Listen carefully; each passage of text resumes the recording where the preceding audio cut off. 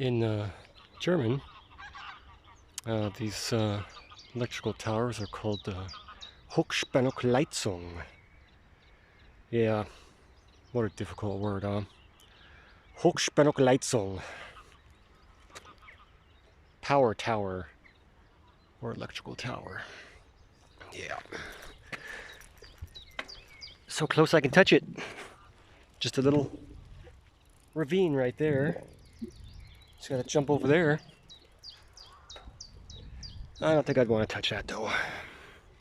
That'll probably give me the electrical shock of my life and send me flying across all of Nordenham. So we will continue on with our journey. I'm on my way now to Pisvaden, which I went to last week. But there's a place I want to go back there and revisit again. That's where I'm on the way to now, which is just across the street over there somewhere. I'll find it.